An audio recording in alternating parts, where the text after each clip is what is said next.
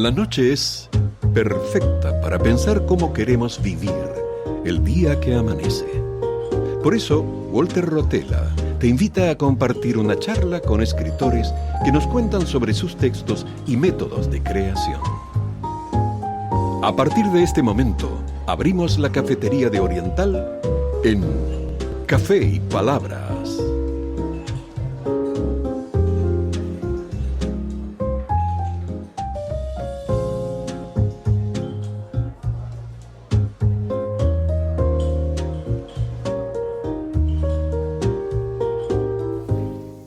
Bienvenidos. Ingresamos al espacio-tiempo de Café y Palabras, donde cada sorbo inspira una nueva conversación. Estamos en CX12 Radio Oriental 770 amplitud modulada. Nos pueden escuchar también vía internet por la web de Radio Oriental, accediendo a la pestaña Radio en Vivo. El programa se transmite este sábado 2 de agosto de 2025, justo cuando arranca el día y se encienden las palabras de la mano de un café.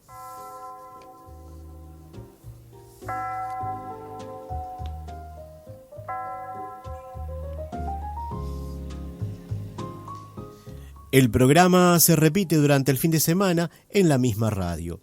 La grabación del programa Café y Palabras se sube a los sitios de iVoox, Spotify, Amazon Music, TuneIn y a YouTube. Agradecemos la colaboración del señor Federico Sena, que nos acompaña en los controles de la radio, haciendo que todo fluya como el aroma del café de una taza recién servida.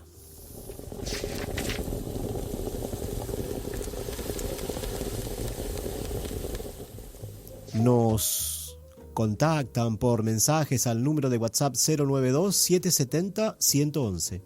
Y a este programa lo pueden seguir por la red social Instagram, @Café y Palabras 2025. Toda la información y enlaces para acceder a las plataformas lo compartimos en nuestro blog de Café y Palabras, cuya dirección es cafeypalabras2025.blogspot.com. Esto es Café y Palabras en la noche de Oriental. Hoy quisiera compartir unos datos que nos parece interesante. El blog de Café y Palabras tuvo desde sus inicios hasta hoy 1930 vistas.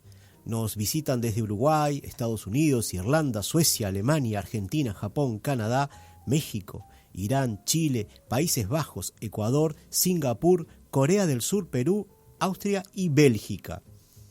Además, en YouTube, desde que fue creado el canal de YouTube, hemos tenido 576 visualizaciones y 17 suscriptores. Y en Instagram tenemos 81 seguidores. A todos ellos les agradecemos por estar allí del otro lado. Hay mucho más gente seguramente que nos está escuchando y les agradecemos porque nos permiten hacer este programa.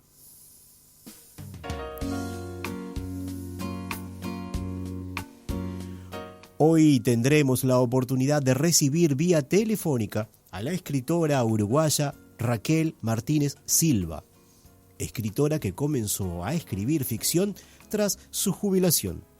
Y producto de ello son cuentos para niños reunidos en un libro titulado Juan Martín y Nicanor, dos niños de la banda oriental. También publicó cuentos para adultos bajo el título Los cristales de mi vuelo, y dos novelas, En el damero amurallado de San Felipe y Santiago, y por otro lado, Todos somos la. En un momento estaremos conversando con esta escritora uruguaya.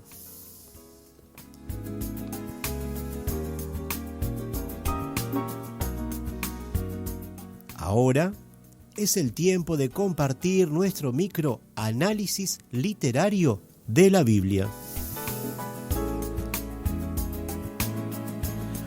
Hoy continuamos en el análisis literario de la Biblia con el profeta Jeremías. Vimos en el programa anterior que nació en Anatot, pueblo de la tribu de Benjamín, a mediados del siglo VII a.C. Los claretianos nos comparten dos visiones del profeta que aparecen en el capítulo 1, versículos 11 al 19, que nos parecen interesante compartir en este momento.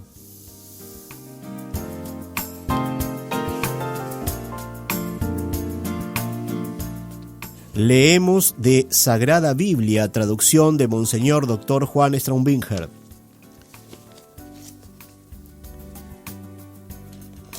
Carácter de la misión del profeta. Y me llegó la palabra de Yahvé que dijo: ¿Qué ves, Jeremías? Respondí: veo una rama de almendro. Y me dijo: Yahvé, bien, has visto, porque yo velo sobre mi palabra para cumplirla. Y me vino la palabra de Yahvé por segunda vez que decía: ¿qué ves? Y contesté: veo una olla hirviente que viene de la parte del norte. Entonces me dijo Yahvé: del norte se difundirá el mal sobre todos los habitantes del país, pues he aquí que voy a llamar a todas las tribus de los reinos del norte, dice Yahvé, las cuales vendrán y pondrán cada cual su trono a la entrada de las puertas de Jerusalén, y sobre sus muros todo en derredor, y sobre todas las ciudades de Judá. Y pronunciaré contra ellos mi sentencia, por todas sus maldades, por cuanto me han abandonado, y quemado incienso a otros dioses, postrándose ante la obra de sus manos. Ciñe tus lomos, yérguete, y diles todo cuanto yo te mandaré. No le tengas miedo, no sea que yo te confunda delante de ellos. He aquí que hoy te pongo por ciudad fortificada y por columna de hierro y por muro de bronce contra toda esta tierra, contra los reyes de Judá, contra sus contra sus príncipes y sus sacerdotes y contra el pueblo del país. Ellos te harán guerra, mas no prevalecerán contra ti, porque contigo estoy yo, dice el Señor, para librarte.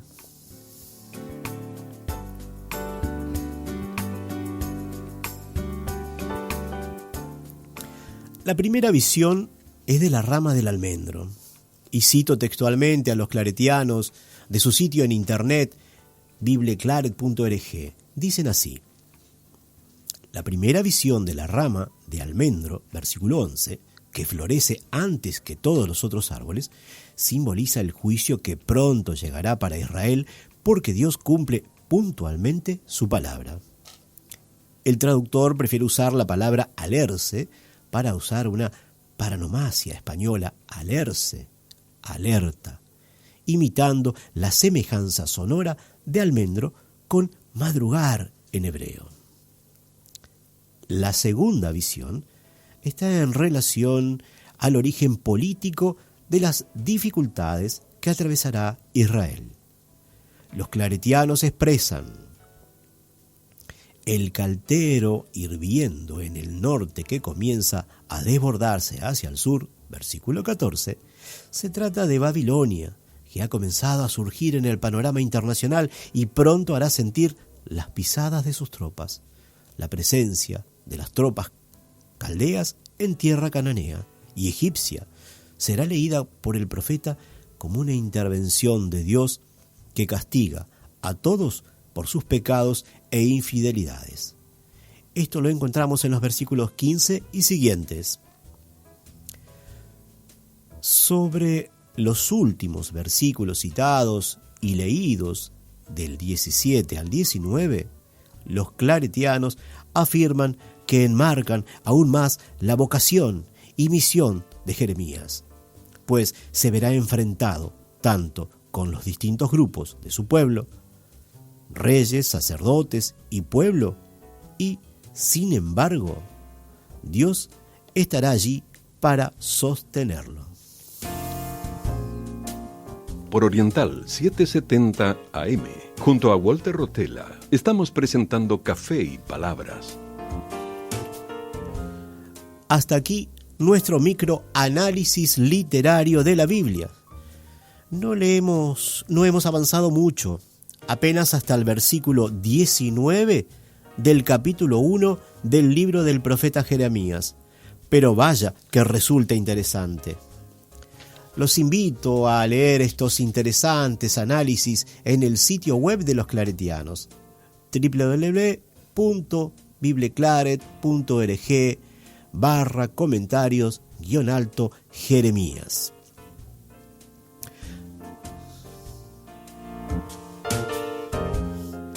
Nos encontramos nuevamente con este micro el 16 de agosto, pues el sábado 9 de agosto tendremos el micro de lecturas de Virginia y Alejandro en su segunda presentación. Sí, vuelven Virginia Gutiérrez y Alejandro Porley con su micro de lecturas el 9 de agosto. No se lo pierdan.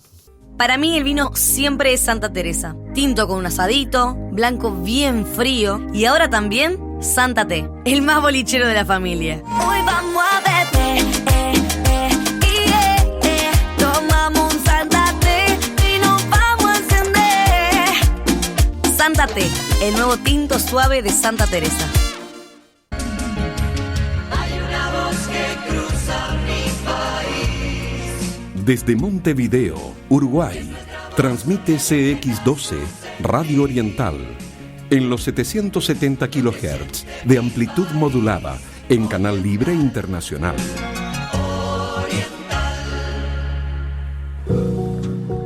Por Oriental 770 AM, junto a Walter Rotella, estamos presentando Café y Palabras.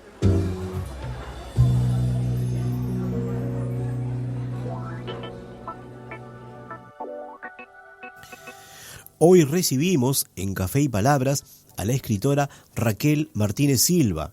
Ella nació en Montevideo, Uruguay, en 1937 y tras jubilarse comenzó a escribir ficción. El libro para niños Juan Martín y Nicanor, dos niños de la banda oriental, editorial Trilce, 2008.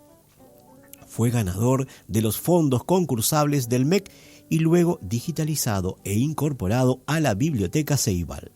Publicó también cuentos para adultos bajo el título Los cristales de mi vuelo, editorial Rumbo 2011. Ha recibido menciones por sus cuentos en el primer premio Paco Espínola, en el concurso de cuentos para nuestros nietos de la Fundación Lolita Rubial, el premio de los fondos concursables del MEC 2008 de literatura infantil y el premio en el 76 aniversario de ANCAP, 76 aniversario de ANCAP. Su novela, En el damero amurallado de San Felipe y Santiago, obtuvo menciones en el concurso Lectores de Banda Oriental 2012 y el primer premio Washington Benavides 2017 y segundo premio en el concurso de la editorial Edita Online 2020.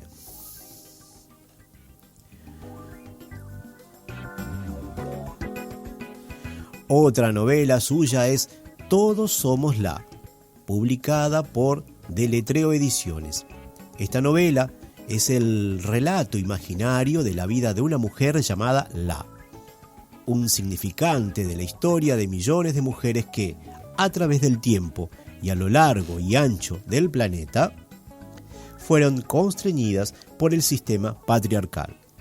Esta novela recorre desde la Atena del siglo V a.C., pasando por ciudades varias de los distintos continentes y en varias épocas, donde la protagonista es mujer y vive lo que le toca en cada lugar y cada tiempo.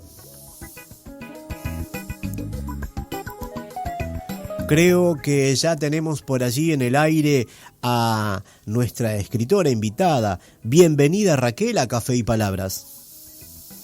Bueno, buenas noches. Muchas gracias. A ti, muchísimas gracias, Raquel, por participar de este programa Café y Palabras, por compartir este momento con nosotros a estas horas de la noche. Bueno, yo encantada de estar acá y de poder participar, agradezco la oportunidad. Es un placer, es un placer. Cada capítulo de En el damero amurallado de San Felipe y Santiago nos narra una parte de la historia y desde un punto de vista particular. Así el capítulo 1 es desde la mirada de Karima, quien nos muestra cómo la población africana es secuestrada, seleccionada, vendida y trasladada a América. A veces es desde una epístola que nos llega el relato. Entonces te pregunto, ¿fue muy difícil encarar de este modo la novela? No, al contrario. Yo lo que hice fue buscar la técnica que me resultara más adecuada para describir la vida de cada personaje. Claro. Como hay personajes, todo sucede dentro de la ciudad de Montevideo, ¿no? Por eso el título del libro. Ajá. Y en la época de la colonia, a partir de 1800 hasta 1810 más o menos. Los personajes africanos, que evidentemente no sabían muy bien hablar español o les costaría expresarse, y menos por escrito, por supuesto que no, claro. Toda la parte que relata sobre esos personajes africanos está escrita por un narrador omnisciente. Después hay otro personaje que es Juanita, una muchacha joven casada con un traficante de esclavos y un hombre muy rico de la ciudad. Se expresa a través de cartas que le escribe a una prima que tiene en Buenos Aires. Después hay un personaje que creo sea muy importante, tal vez el más importante de la novela, que es el doctor Vicente, que extrañamente me di cuenta recién este año, después de tantos años de escribirlo, que el doctor Vicente nunca tuvo apellido, nunca le puse apellido. Mirá. Pero que su personalidad es tan poderosa que nunca me sentí la necesidad de ponerle un apellido. Bueno, el doctor Vicente, que es el médico de la ciudad, se expresa a través de un diario en el cual no solo anota todas sus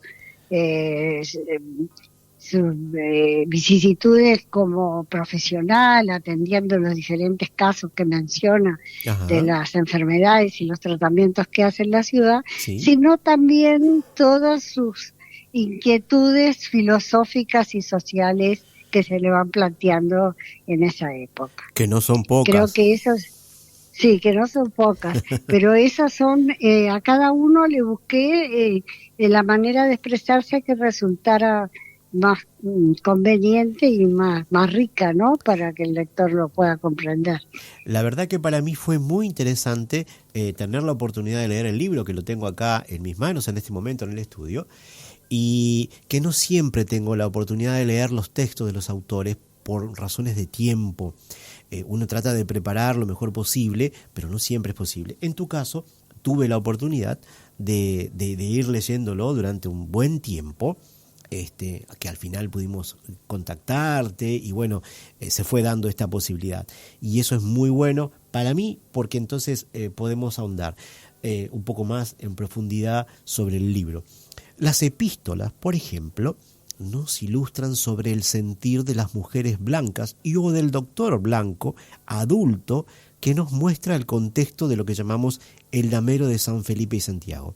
Y nos hacen conocer las creencias, los pensamientos y sentimientos de la población afro en la voz de Karima, Nicasia o Nicapiojo, que es la otra forma que se la conocía, de Miremba o de Rosalina. Cada personaje tiene su voz muy particular, como tú recién bien lo expresaste, no podían hablar muy bien el español y entonces tú lo dejas muy claro en las expresiones de los personajes y eso también es muy ilustrativo. A mí me gustó muchísimo porque uno se pone a imaginar ¿Cómo es ese contexto? Es decir, las dificultades. El primer capítulo, sobre todo, es decir,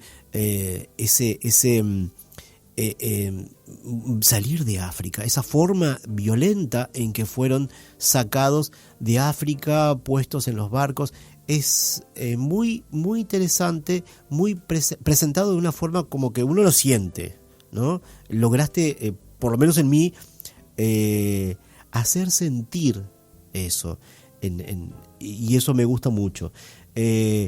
¿Cómo hiciste para poder calar profundo en esos personajes? Porque no debe ser fácil. En realidad, cuando creo un personaje trato de ponerme en el lugar de ellos con respecto, ¿no?, a expresar lo que sienten o las conductas que van teniendo. Uh-huh. En los personajes hay algunos personajes que son menos complicados, es decir, más sencillos de imaginar, Ajá. porque lo que importa más la circunstancia, digamos, Uh-huh. que la profundidad de su pensamiento, ¿no? Claro. Por ejemplo, en todos los personajes de los esclavos, la circunstancia era tan poderosa que, salvo el caso de la pareja Sí. principal que vive toda una historia de amor, que también la cuento, Sí. las circunstancias tan fuerte que se va mucho tiempo también tratando de narrar esas circunstancias. Y hay otros personajes como el doctor Vicente, donde el paisaje y de su intimidad, de su pensamiento, de su sentimiento es más poderosa que las circunstancias. Claro. Me da la impresión, ¿no? Sí, sí. Y entonces por eso lo narro, más que nada lo del doctor Vicente, justamente él escribe en primera persona lo que piensa, lo que siente y lo que va viviendo.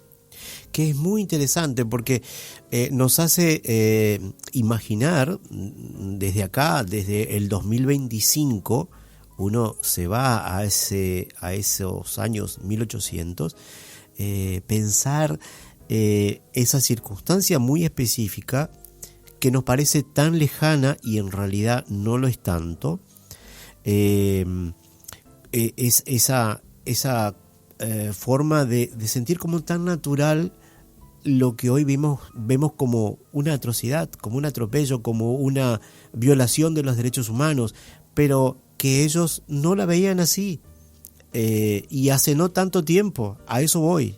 No son tantos años en nuestro contexto, acá en Montevideo, acá en Uruguay. Es interesante eso. El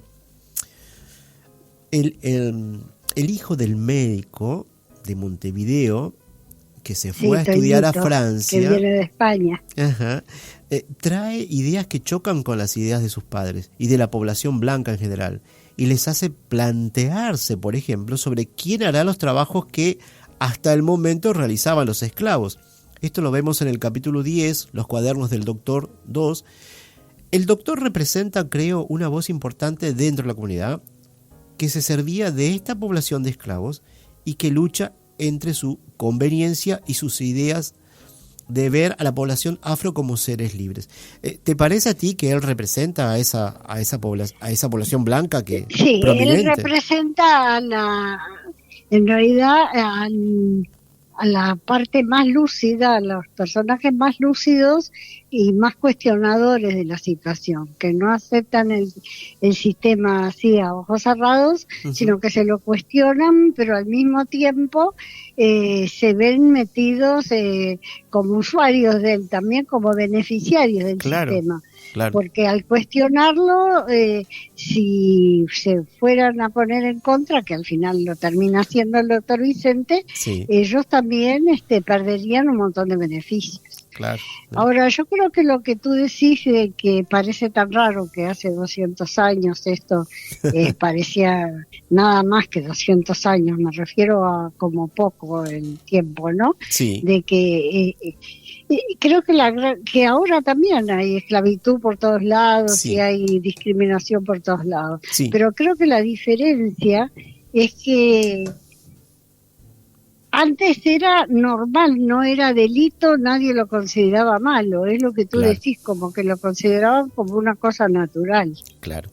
Y eso es lo que hemos ido progresando y evolucionando más, que si bien hay muchas cosas de esas que siguen pasando, ahora son consideradas como delitos, son criticadas, son al menos denunciadas. condenadas.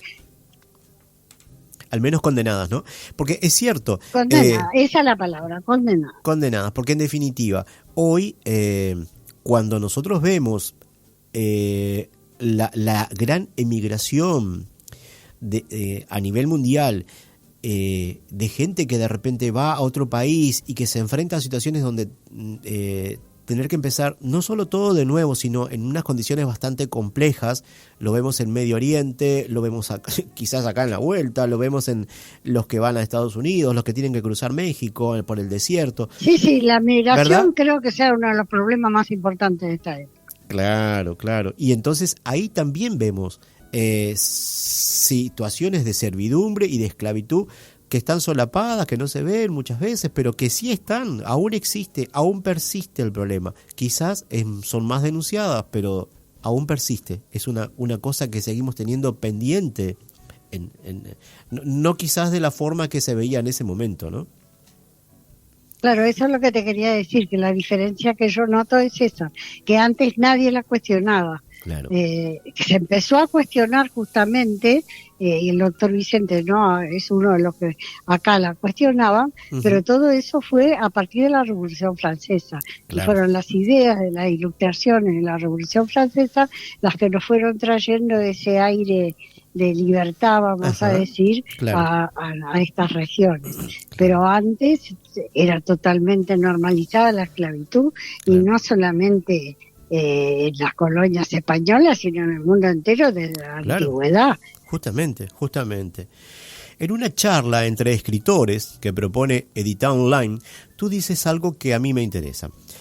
¿Cómo en la novela llegas a un público más amplio para tratar el tema de la esclavitud? Que quizás con un ensayo u otro tipo de texto no se daría. ¿Te parece que la ficción nos permite llegar a abordar un tema tan interesante como este que tratas en el damero amurallado de San Felipe y Santiago con más profundidad y que quizás nos deja pensando cómo no lo haría otro texto de tipo informativo? No sé si con más profundidad, tal vez un ensayo pueda hacer un estudio intelectualmente más válido, con datos tal vez más fehacientes o más abundantes, pero lo que creo es que una novela mueve la parte emocional del lector y no solamente el intelecto, como haría un ensayo, por ejemplo. Claro, y además a un público también mucho más amplio, porque no es evidentemente específico. Mucho más gente que lea novelas que la que lee los ensayos. Claro. Justamente, por eso a mí siempre es una de las preguntas que suelo hacer a los escritores es esa importancia que tiene la ficción. A veces se cree o se dice de que es solamente para entretenimiento. Yo creo que nos hace pensar, nos deja pensando, como una buena película, nos hace reflexionar al final del día, de la semana, aquello que vimos, aquella lectura que hicimos de un texto, una novela, nos deja pensando. Al menos yo quiero pensar que eso puede ser una intención del escritor muchas veces, ¿no? De poner el tema para hablar, ¿no? Para reflexionar sobre ello. Claro, y poner el tema no solamente explicando o dando información, sino tratando de conmover. Porque claro, creo que esa parte es muy muy importante, ¿no? Porque a ti lo que te queda después, lo que realmente permanece más que nada es lo que te conmueve. Claro. Y tú hablas de lo que nos conmueve. Y entonces te pregunto, antes de preguntarte, presento, Todos somos la. Es otra novela de tu autoría y por lo que leí, el trabajo de investigación también fue enorme, pues la historia de la novela transcurre en distintos espacios y tiempos del siglo V a.C. a la actualidad.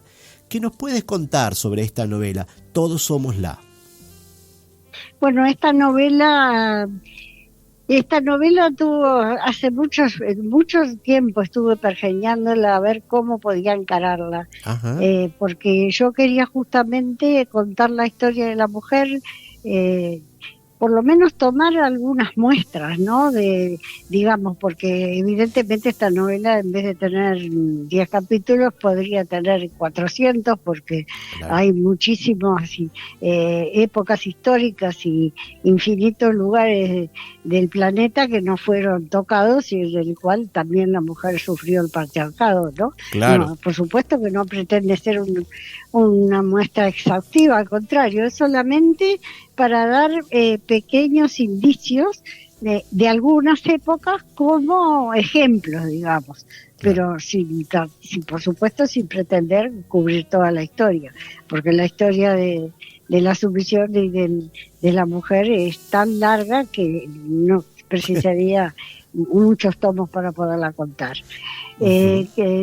Perdón, pero me parece que se me estoy yendo, no sé exactamente qué me preguntaste. No, está bien, Ah, está bien, que nos contaras sobre la novela porque me interesa, tenemos suficiente tiempo, Bueno. así que Bueno, podemos me alegro. extendernos Bueno, todo lo que quieras. entonces te cuento. Sí. Bueno, pensando en cómo podría ser yo para poder abarcar tantos tiempos diferentes y tantos lugares diferentes y que fuera el representativo es una sola mujer, es siempre la misma, una Ajá. mujer llamada La.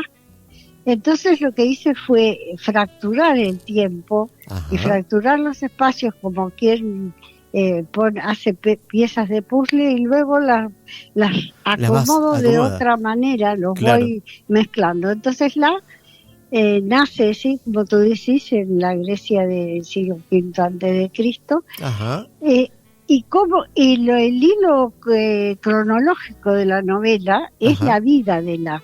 Ella nace y va creciendo y va siendo adolescente y mujer y tal.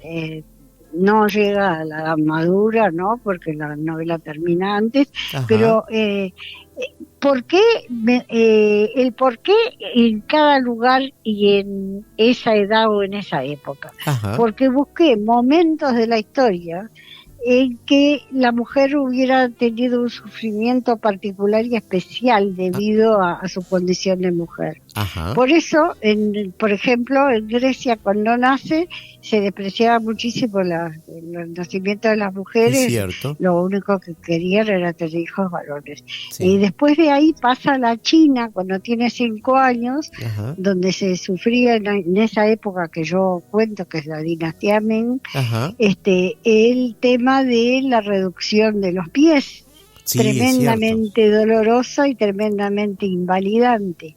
Totalmente. Después de ahí va para Somalia, donde es víctima, niña, cuando recién entra en la pubertad, Ajá. de la ablación genital, Claro. por ejemplo, ¿no? Exacto, Pero sí. además de todas estas tragedias y cosas que le pasan, digamos, Ajá. hay toda una novela de historia de su vida con personajes Ajá. que tratan de ser en cada capítulo, siendo con diferentes nombres y diferentes costumbres y diferentes lugares, pero mantener cierto, ¿cómo te voy a decir? Cierto esqueleto Claro. de la personalidad del personaje, Ujú. que se mantiene siempre el mismo, no solamente en el caso de La tiene, por ejemplo, un apoyo siempre a partir de cierto momento, ¿no? Desde que crece. Ajá. También me pasa por el Tahuantinsuyo, o sea, por el Imperio Inca, donde Mira. se enamora del Inca.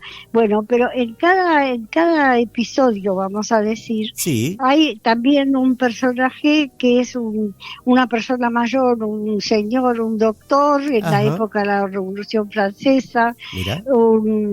un profesor en otras épocas, en fin, Un incluso referente. en Afganistán está también en la época de los talibanes, para que veas Ah. qué variados que es el panorama, Claro. tanto temporal como geográfico, ¿no? Y arranca en esa Grecia donde no se quería a las niñas y se las tiraba a un acantilado, por ejemplo, ¿no? ¿Qué tema es? Sí. Bueno, pero también quería decirte otra cosa que es importante.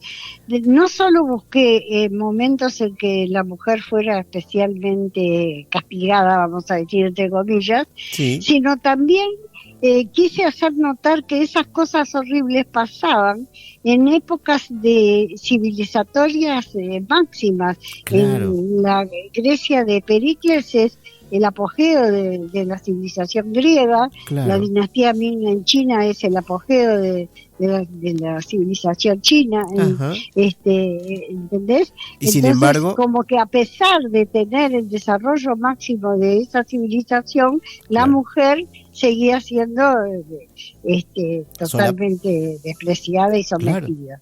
qué increíble. Me encanta eso porque, digo, significa un gran trabajo de investigación. Yo lo veo de esa manera, es decir, me pongo a pensar en querer escribir eso y es Sí, son demanda años. mucho trabajo, ¿no? Son años, sí. Ah, claro. Así que te llevó años la investigación para armar esta novela, ¿no? Sí, y eso con la ayuda de que tenemos ahora con Internet. Claro. Porque si yo hubiera tenido que hacer esa investigación recorriendo bibliotecas, yo creo que no me daba la vida. Sí, claro. Bueno, ¿qué te pasa con eso? Hoy tienes que investigar para un proyecto, para una novela, y bueno, hay que buscar. ¿Cómo es tu trabajo en ese sentido? Porque este programa, una de las cosas que busca es saber cómo es el universo creativo de cada escritor. Cuando hacía el podcast Página en Blanco también era eso. Hoy trato de continuar eso. Querer conocer, querer mostrar a la audiencia, a los lectores de libros, que hay un trabajo bastante grande para lograr armar todo eso. ¿Cómo es tu trabajo, digamos, al momento de escribir, digamos, esta novela que estamos hablando hoy? En este momento todos somos ¿Cómo trabajas? Es decir, al momento de escribir, hay un momento de investigación y seguramente también de escritura. ¿Cómo es ese trabajo? ¿Cómo es ese día a día? Ay, mira, yo no sabría ni qué decirte. A mí la investigación me gusta mucho, me apasiona. Ajá. No es una cosa que me resulte pesada ni trabajosa. Me gusta mucho. Ajá. Y sí, la llevo en el alma, no tengo ningún tipo de formación específica para ello. Ajá. Si no he estudiado en profundidad historia, ni geografía, ni ninguna cosa de las que fueran ni investigación, por supuesto. Ajá. Pero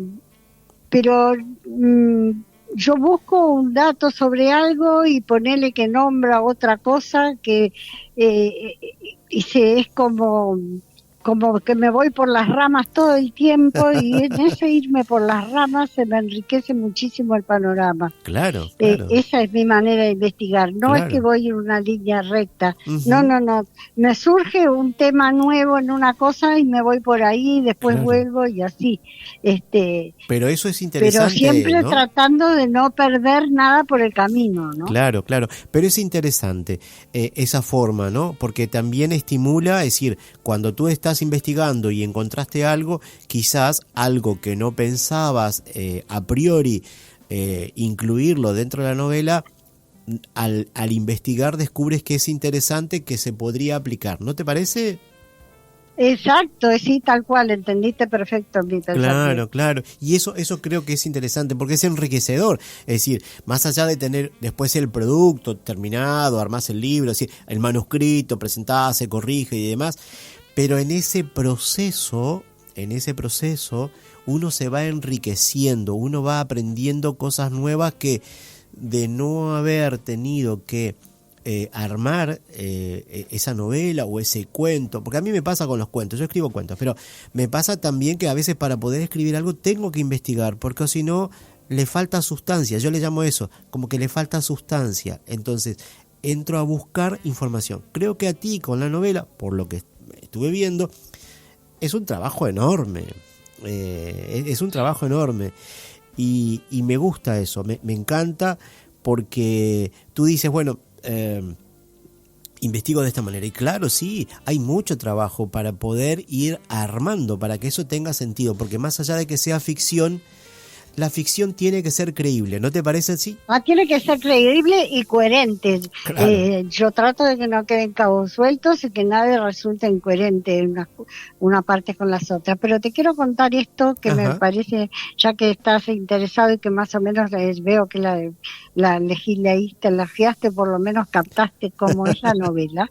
Te voy a contar que la parte, a mí lo que me preocupaba realmente, incluso mientras la escribía y por supuesto después que la terminé, es que yo entré, vos entrás como en un mundo mágico donde todo es posible y donde una persona puede ir transcurriendo su vida, pasando, porque ni siquiera es lineal el tiempo, no es que empieza en un tiempo más antiguo y termina en la actualidad, es que va de, el tercer capítulo es en el año 2011 y el quinto es en la Revolución Francesa, por ejemplo, ¿no? O sea, va para atrás y para adelante. Qué interesante. Y como que el tiempo fuera, yo lo que puedo graficarlo diciéndote, como que el tiempo fuera en bucles. Esa es la idea. Mira. Como que el tiempo fuera en bucles. Entonces, en el pasaje de cada capítulo al otro, vuelve un poquito para atrás, hace el bucle y después continúa. Entonces, lo que a mí me preocupaba es que el lector pudiera realmente aceptar ese manejo del tiempo, aceptarlo como algo natural, meterse adentro y seguirlo leyendo con fluidez, sin trancarse porque parecía muy loco. Claro. Y después, entonces empecé a hacerle leer a algunas personas los primeros capítulos y a ninguno le pareció tan disparatado, entonces me animé a seguir adelante. Yo creo que hoy estamos un poco más acostumbrados a ese tipo de cosas porque cuando nos ponemos a ver las series o películas, hoy por hoy nos hacen llevar, ya nos acostumbramos a ese tipo de cosas. Antes era la forma que se hacía, tú estabas viendo una parte de una película o de una serie y estaba en colores. Cuando querían mostrar ese paso al pasado, te ponían en blanco y negro. Sí, los flashbacks. Hoy ya no lo hacen de esa manera porque no es necesario. Ya nos fuimos acostumbrando y entonces puedes seguir estando a color todo, pero nos fuimos entrenando con el visionado continuo a ese tipo de cosas. Por eso resulta más fácil leer este tipo de trabajos como el que tú presentas en Todos Somos La, porque como público, como lectores, como personas que vemos series y películas, nos empezamos a acostumbrar a que eso es posible. Y eso es interesante, porque al momento de escribir te da más herramientas, ¿no te parece? Más oportunidades. Sí, por supuesto, si no, no sé cómo hubiera escrito esta novela. Claro. Porque bueno, no era fácil al principio, claro, yo además tenía como el pasaje de un capítulo a otro, tampoco era fácil, que de golpe se duerme, de golpe camina hay un capítulo en que dice, sale, ¿no? Porque bueno, tuvo todo un problema, sale caminando por los caminos del tiempo y del espacio, sin saber a dónde, escucha esto, sin saber a dónde ni a cuándo llegará. O sea, no sabe a qué lugar ni a qué tiempo va a llegar. Claro. Vos sabés que eso me hace acordar y de una cosa muy particular y que es real. Un familiar que tenía una situación de amnesia y que él estaba contigo conversando y de repente salía a caminar y se daba cuenta como a 30 kilómetros o 40 kilómetros capaz que 2 días después. Esas cosas también le suceden al ser humano en la vida porque a veces le ocurren cosas como esa, ¿no? Es decir, una amnesia producto de una bala en su cuerpo y demás. Y es creíble, por eso te digo que es creíble y es interesante. Me parece muy rica la historia. Yo no la he podido leer, a Todos Somos La, pero me interesaría muchísimo. Ya voy a ver si la consigo. ¿No tenés el libro? No lo tengo. Ya vamos a tratar de conseguirlo. Yo te lo voy a llegar si querés. Perfecto, me encantaría muchísimo y así poder conocer más Todos somos la, porque es una historia interesante, la forma que está narrada, la historia de la mujer en distintos tiempos, me parece muy interesante eso. Y estoy pensando, todavía tenemos un poquito de tiempo, hay otro texto que tú publicaste, Los cristales de mi vuelo, que fue publicada en 2011, que reúne 21 cuentos, nada más y nada menos que 21 cuentos, y entre ellos, Al pie del arco iris, Brindis con la muerte, El regreso del tren. Y entonces, estos libros, las portadas de los libros van a estar en el blog de Café y Palabras, donde comprarlos también va a estar en el blog de Café y Palabras. Y entonces yo te pregunto lo siguiente, ¿por qué 21 cuentos? ¿Y cuál es el nexo? No, porque 21 cuentos, porque yo en realidad tengo escritos, yo que sé, como 80, 100 cuentos, no sé. Ajá. Pero eso ahora que estamos en el 2025, ¿no? Uh-huh. En el 2011 tenía ya como 40, tendría por lo menos, Ajá. y elegimos los que más o menos nos parecieron más adecuados para formar un libro, ¿no? Claro. Y lo que sí te digo que los cuentos la mayoría son cuentos fantásticos. Ajá. No son cuentos que cuenten realidades cotidianas, algunos sí, otros no, pero ese libro me dio muchas satisfacciones realmente. Ajá. De gente que yo no me imaginaba que pudiera leerlos o que le pudieran interesar Uh-huh. y sin embargo me hicieron llegar que les había cambiado, que les había servido para algo los cuentos, ¿no? Pero son cuentos fantásticos en general. Te cuento, por ejemplo, hay Ajá. un hombre que pierde su sombra, Ajá. hay una mujer que vive, habla y trae a su casa los enanos del jardín, Uh-huh. los enanitos del jardín, estas esculturas, Sí. ¿no? Mira. Hay cosas muy locas en ese libro, que nada tienen que ver con las otras novelas que escribí. Pero es Y los cuentos interesante. Es interesante porque ahí te iba a preguntar, ¿qué te permite el cuento y qué te permite la novela? Desde ese punto de vista, ¿no? De la el creación. cuento te permite hacer, por ejemplo, esas locuras que te estoy contando. Ajá. Porque escribir una novela con un tipo que pierde la sombra no se me ocurre que tuviera tanto material como para poder escribir una novela. Claro. Un cuento tiene que ser son cuentos cortos en general, Ajá. no son cuentos muy largos, ¿no? Ajá. Todos son cuentos cortos que tienen un final a veces desconcertante Uh-huh.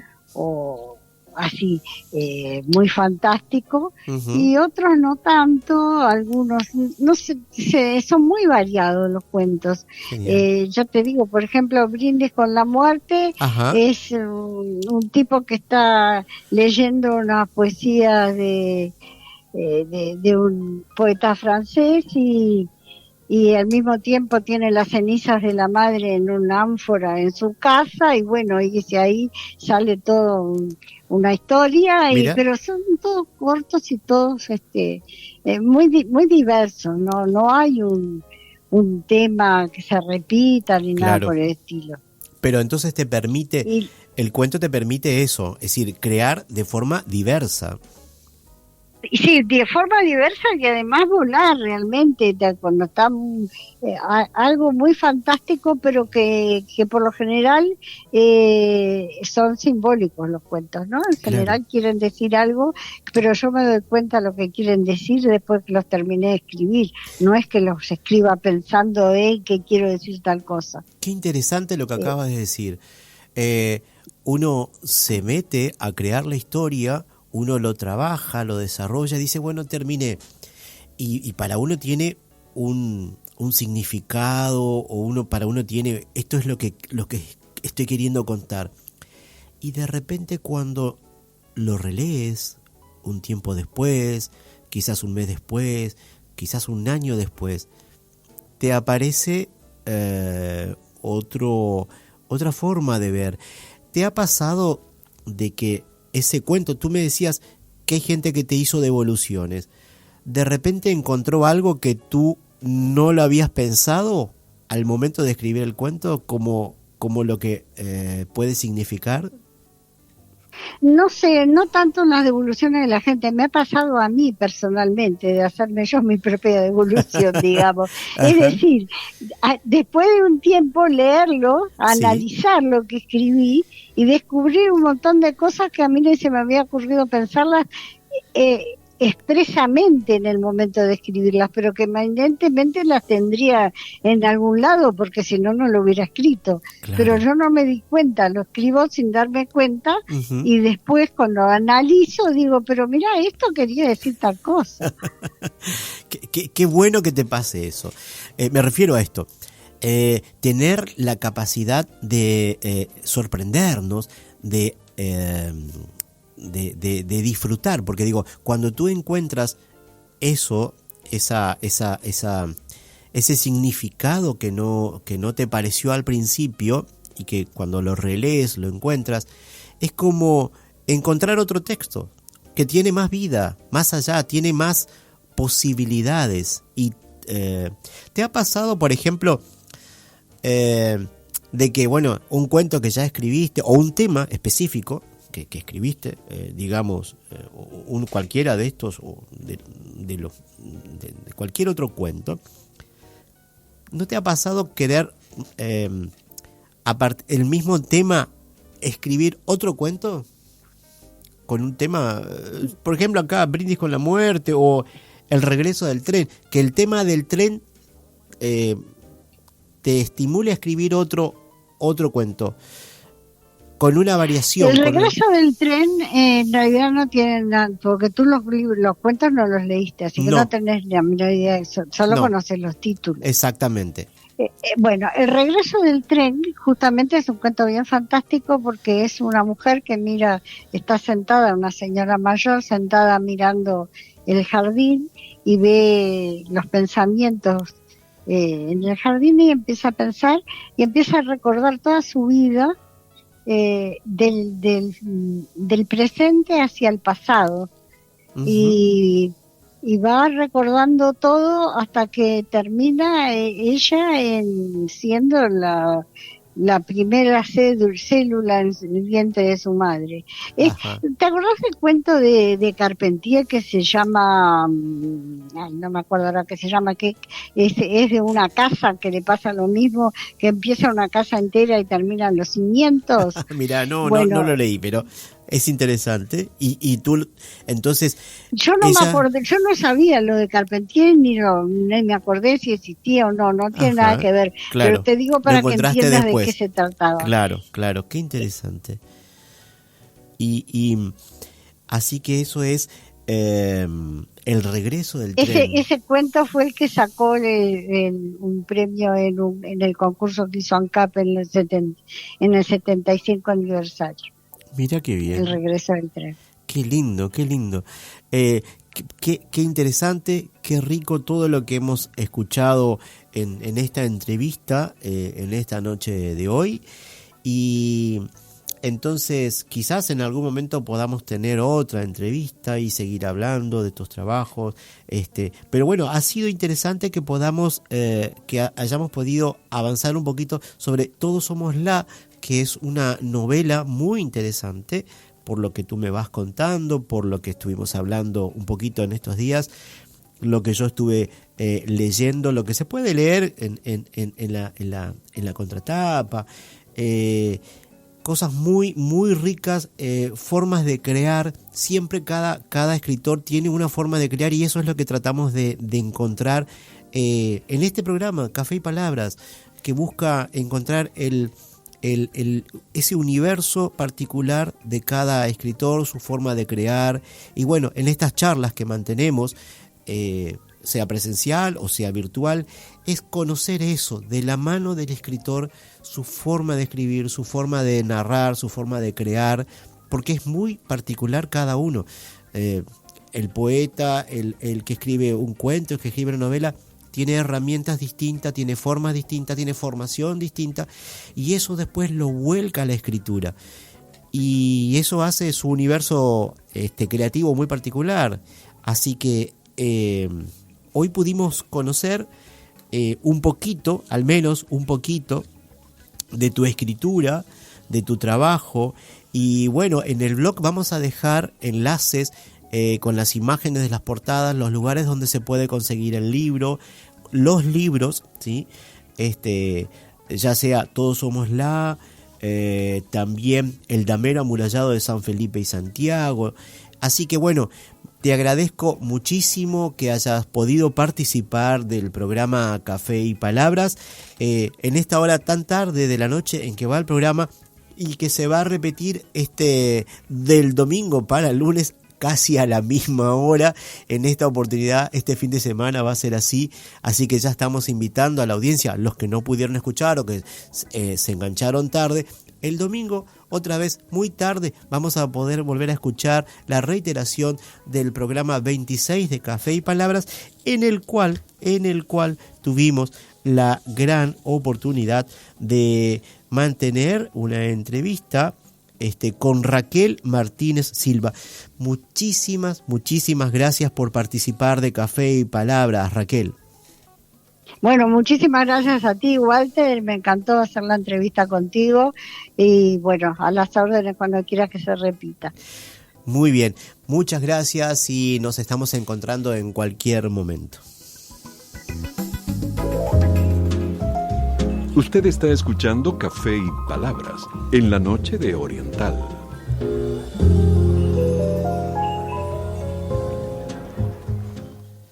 Pueden seguirnos en Instagram, @Café y Palabras 2025. Más información sobre el programa y los escritores invitados los brindamos en el blog de Café y Palabras, cafeypalabras2025.blogspot.com/. Lo anunciamos hace unos minutos.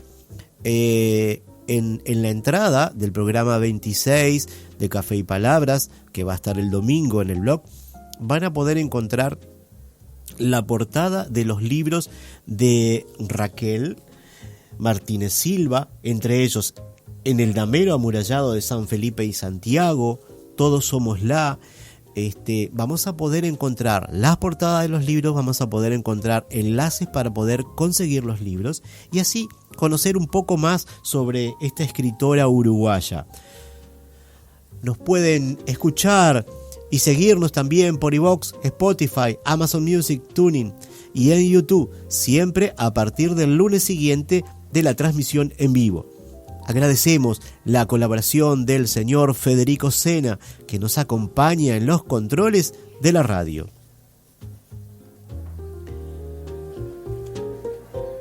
Estamos en Radio Oriental 770 amplitud modulada. Salimos al aire los sábados a las 0 horas, un poco después de iniciar el día, justo cuando termina el viernes y arrancan las palabras.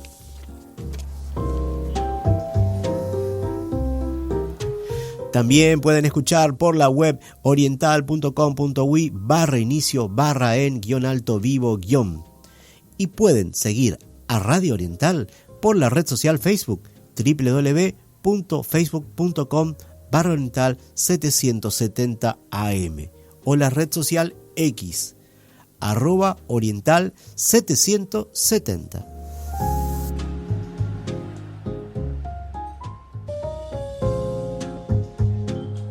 El café se terminó y las palabras se van apagando de a poco. Ahora es momento de preparar la cafetería para otro encuentro literario en Café y Palabras. Agradecemos su compañía y hasta el próximo programa.